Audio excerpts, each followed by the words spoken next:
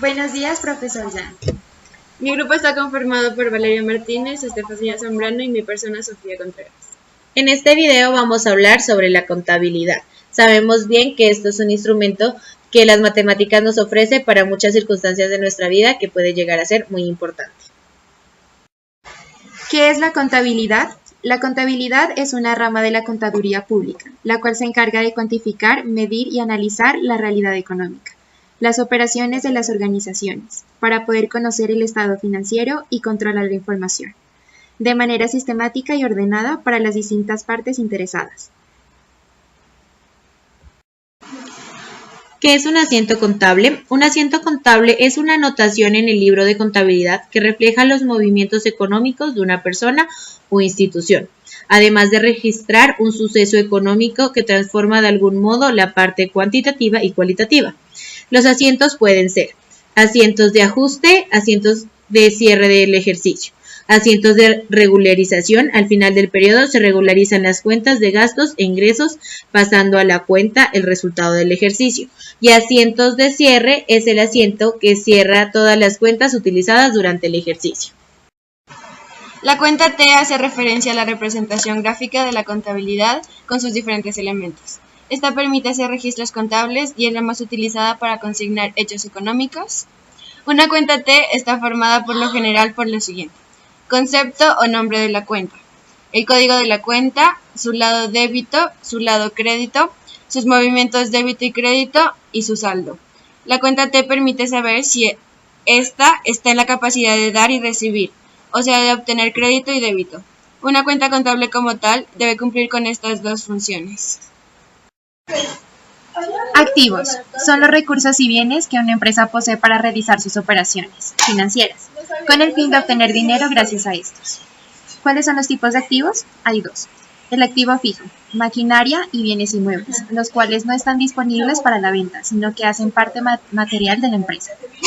Y activos circulantes, son activos que se pretenden tener por determinado tiempo, siempre y cuando sea inferior a un año. Pasivos. Se trata de toda obligación o deuda que la empresa haya adquirido, que por lo general proceden de las transacciones financieras pasadas. Los pasivos se clasifican en pasivo no exigible o de fondos propios. Pasivo exigible es el que posee deudas con terceros. Largo plazo vence en un periodo superior a un año y corto plazo vence en un periodo inferior a un año. Patrimonio es la suma del capital de los propietarios y o inversionistas. Es los bienes, derechos y obligaciones para poder dar, recibir y cumplir los objetivos planteados.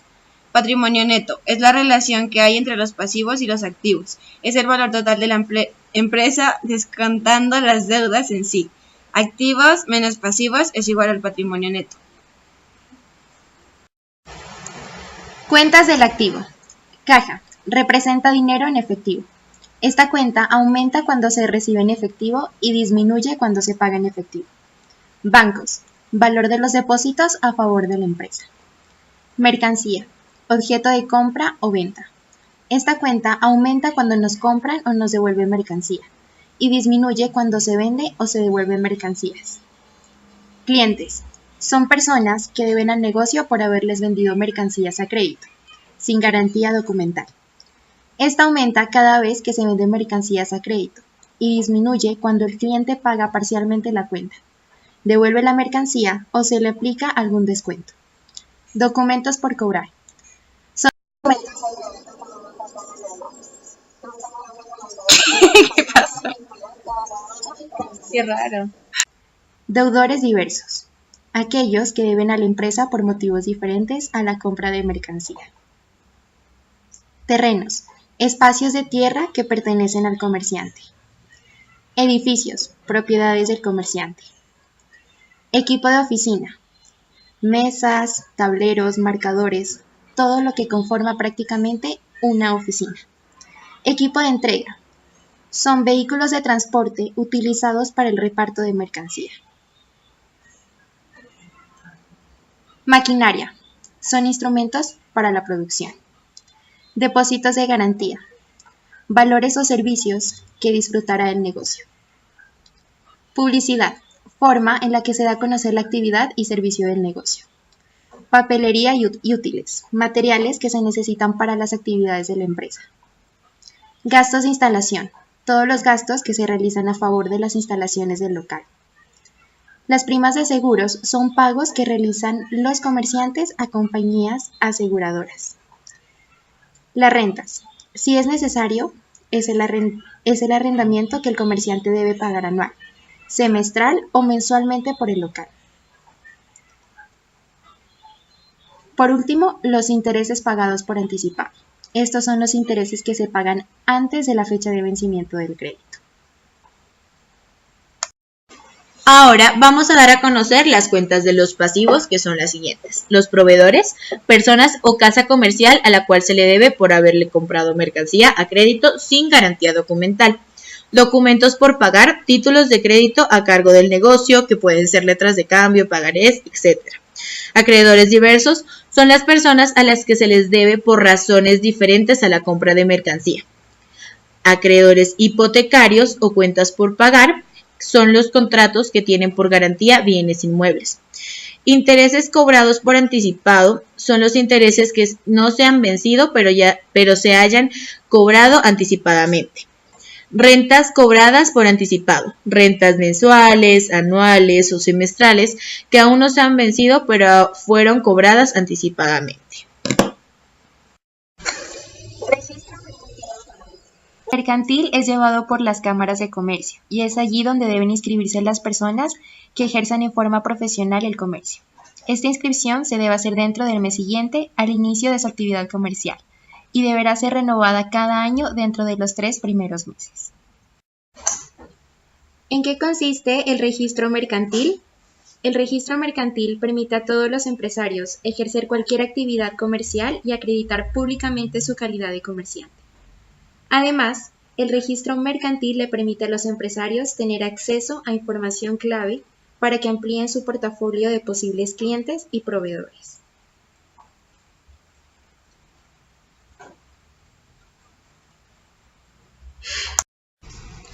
Las personas que ejerzan profesionalmente el comercio y sus auxiliares, tales como los comisionistas, corredores, agentes, representantes de firmas nacionales o extranjeras, quienes lo harán dentro del mes siguiente a la fecha en que inicien actividades. Las capitulaciones matrimoniales y las liquidaciones de sociedades conyugales, cuando el marido y la mujer o alguno de ellos sea comerciante. La interdicción judicial pronunciada contra comerciantes, las providencias en que se imponga a estos la prohibición de ejercer el comercio. Los concordatos preventivos y los celebrados dentro del proceso de quiebra. La declaración de quiebra y el nombramiento de síndico de esta y su remoción. La posesión de cargos públicos que inhabiliten para el ejercicio del comercio. Y en general las incapacidades o inhabilidades previstas en la ley para ser comerciante. Citando el artículo 29, reglas para llevar el registro mercantil. El registro mercantil se llevará con sujeción a las siguientes reglas, sin perjuicio de las especiales que establezcan la ley o decretos reglamentarios. La primera, los actos, contratos y documentos serán inscritos en la Cámara de Comercio con jurisdicción en el lugar donde fueran celebrados u otorgados. Si hubieran de realizarse fuera de dicha jurisdicción, se inscribirán también en la Cámara correspondiente al lugar de su ejecución o cumplimiento. La segunda, la matrícula de los comerciantes y las inscripciones no previstas en el ordinal anterior se harán en la Cámara de Comercio con jurisdicción en el domicilio de la persona interesada o afectada con ellos. La tercera, la inscripción se hará en libros separados, según la materia, en forma de extracto que dé razón de lo sustancial del acto, documento o hecho que se inscriba, salvo que la ley o los interesados exijan la inserción del texto completo. La cuarta, la inscripción podrá solicitarse en cualquier tiempo, si la ley no fija un término especial para ello, pero los actos y documentos sujetos a registro no producirán efectos respecto de terceros, sino a partir de la fecha de su inscripción. En sí, el registro mercantil será público. Cualquier persona podrá examinar los libros y archivos en que fuera llevado, tomar anotaciones de sus asientos o actos y obtener copias de los mismos. Ahora vamos a hablar sobre nuestro país, régimen tributario en Colombia. El régimen tributario colombiano establece impuestos de carácter nacional y subnacional, o sea, departamentos y municipios. Los principales impuestos de carácter nacional son el impuesto sobre la renta y el complementario de ganancias ocasionales, el impuesto al patrimonio con vigencia temporal y el impuesto sobre las ventas IVA, el gravamen a los movimientos financieros y el impuesto de timbre. Dentro de los impuestos subnacionales se encuentran el impuesto de industria y comercio, el impuesto predial y el impuesto de registro, con el fin de evitar la doble tributación y prevenir la evasión fiscal en materia de impuestos sobre la renta y sobre el patrimonio. Colombia viene adelantando la negociación de tratados internacionales. A la fecha se encuentran vigentes los tratados con España y Chile. Están firmados los tratados con Canadá, México y Suiza.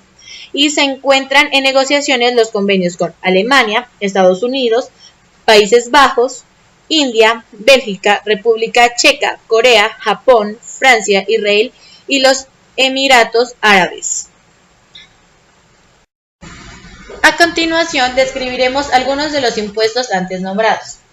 El impuesto sobre la renta. Gravan en general las ganancias o utilidades obtenidas por los contribuyentes, susceptibles de enriquecerlos que provengan de sus operaciones ordinarias. Por su parte, el impuesto sobre las ganancias ocasionales grava ciertas actividades extraordinarias de los contribuyentes no complementadas dentro de sus operaciones ordinarias. De manera general, los ingresos son las entradas de recursos que finalmente generan incrementos en el patrimonio bruto a las personas naturales o jurídicas. Rentas de fuente nacional. La legislación colombiana establece como ingresos que dan lugar a rentas de fuente nacional, principalmente las siguientes. Primero, los provenientes de la explotación de bienes materiales e inmateriales dentro del país. Segunda, por la prestación de servicios dentro del territorio colombiano. Tercera, los obtenidos en la enajenación de bienes materiales e inmateriales que se encuentran en el país al momento de su enajenación. Costos, gastos deducibles y otras deducciones. Los costos son las erogaciones o cargos en que se incurre para adquirir o producir un bien o para prestar un servicio con el fin de obtener ingresos. Son deducibles del impuesto sobre la renta aquellos costos que tengan relación de causalidad con la actividad productora de renta del contribuyente, siempre que sean necesarios, proporcionales y que se hayan causado o pagado en el año gravable correspondiente. Se entiende que los costos legalmente aceptables se realizan cuando se pagan efectivamente en dinero o en especie, exceptuando aquellos costos incurridos por anticipado. Ahora, salarios y aportes parafiscales. Los salarios pagados o causados a los trabajadores son deducibles siempre y cuando el empleador se encuentre a paz y salvo por concepto de pago de los aportes parafiscales, ISBF, el SENA, subsidio familiar e Instituto de Seguros Sociales. Estos aportes también son deducibles. Los intereses. Los intereses que se causen con relación a las obligaciones suscritas con entidades sometidas a la vigilación de la Superintendencia Financiera con deducibles en su totalidad. Gastos en el exterior. Los contribuyentes del impuesto sobre la renta podrán deducir los gastos efectuados en el exterior que tengan relación de causalidad con sus ingresos de fuente nacional, siempre y cuando se hayan practicado la retención en la fuente correspondiente cuando lo pagado constituye para su beneficiario renta gravable en Colombia. Donaciones. Las donaciones efectuadas a ciertas entidades expresamente establecidas por la ley son deducibles para efectos del impuesto sobre la renta en el periodo o año gravable que se realice la donación. Ahora bien, no está de más afirmar que la contabilidad es una de las cosas más importantes en la vida de una persona. Esta es la que determinará si una empresa o la vida de una persona está bien llevada, ya que en esta se puede saber qué es lo que se ha ganado qué es lo que se está perdiendo y cuál es la utilidad de X o Y empresa, producto o situación de economía. Una persona que sepa llevar bien su contabilidad se destaca como una persona organizada y hábil en las matemáticas. Para muchas personas, la contabilidad no es vista más que una obligación legal, algo que debe llevarse porque no hay más remedio, ignorando lo importante y lo útil que puede llegar a ser. La contabilidad no solo permite conocer el pasado y el presente de una empresa, sino el futuro, lo que viene a ser lo más interesante. La contabilidad permite tener un conocimiento y control absoluto de la empresa. Permite tomar decisiones con precisión. Permite conocer de antemano lo que puede suceder. Todo está plasmado en la contabilidad.